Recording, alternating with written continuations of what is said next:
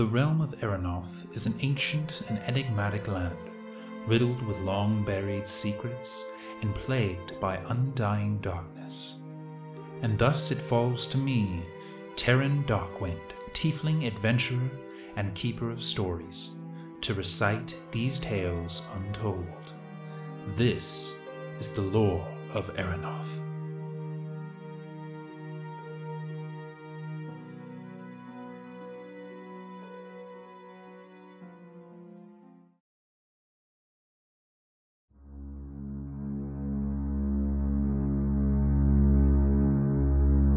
Fear thee not, O beautiful, for he is a dead man. He died in Kasrin, Kasrin killed him by my sword hand. So fear thee not, O innocent child, whose father had just been slain.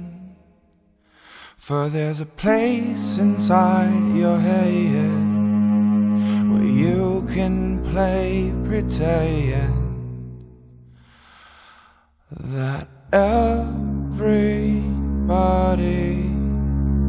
stays.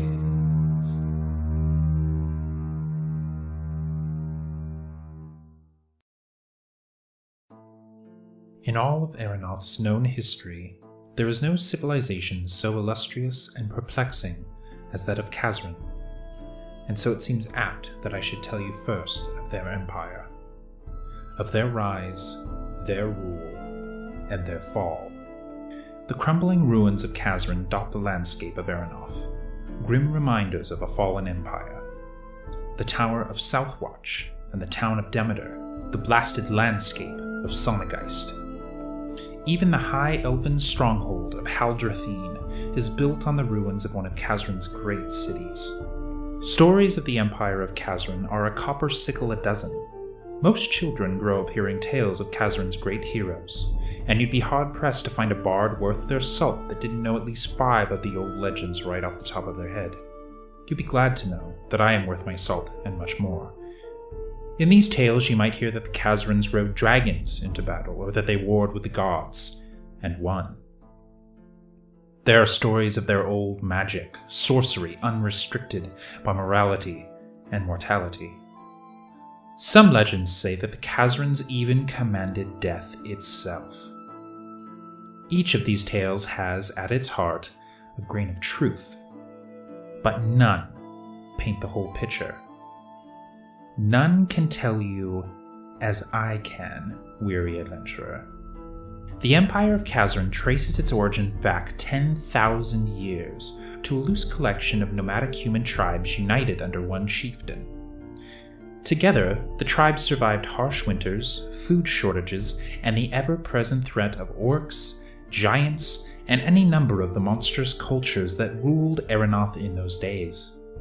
As the centuries passed, the united tribes became a city, and from there, a nation. They built walls to keep the monsters out, and then they forged steel to combat them. Soon enough, the Kasrins no longer ran and hid from the monsters beyond the walls. Oh no, they hunted them. In the early days of the Age of Expansion, King Adalbern of Kasrin led the first of many great crusades across Erenoth, purging the realm of the vile, monstrous things that plagued it, and uniting dozens of cities under his banner. Wars were waged against the orc clans and the giant conclaves. All the while, Kasrin's borders grew, and the seeds of an empire were sown. Under King Adalbern, the Kasrins began studying arcane magic.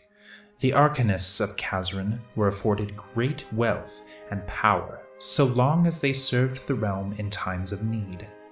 With the might of these battle mages at his back, King Adalbern established alliances and trade agreements with the elves and the dwarves, and nearly hunted the orcs to extinction. And so it would continue for generations. It was King Willamar, descendant of Adalbern, who entrenched Kasrin in history eternal. Willamar, a wizard of some renown in his own right, began studying necromancy after uncovering ancient tomes while on an incursion in the far north. Willamar and his wizards renewed old, forgotten magics, discovering methods of extending life, and even returning corpses to motion after death. Utilizing these magics, Kasrin entered into a time of untold prosperity and wealth. So began the Undying Age, a time when humans lived for centuries, and legions of undead warriors marched tirelessly under the banners of Great Kasrin. Kasrin's brilliant minds built floating cities, airships, and armor and weapons that have yet to be equaled or exceeded in our modern age.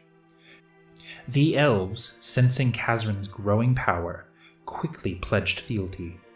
The dwarves, though stubborn as always, resisted. After a brutal and decisive war, the dwarves were struck down and enslaved. The survivors of this bloody conflict fled south, and in time would come to be known as Thunder Dwarfs, the people of Stone Rift. King Willamar had 2 sons at this time, Asmundr, a powerful arcanist, and Eros, an unmatched warrior and tactician. Asmundr, the eldest, grew impatient and acquired the throne the old-fashioned way, by murdering his father. Asmundr named himself Kasrin's first emperor.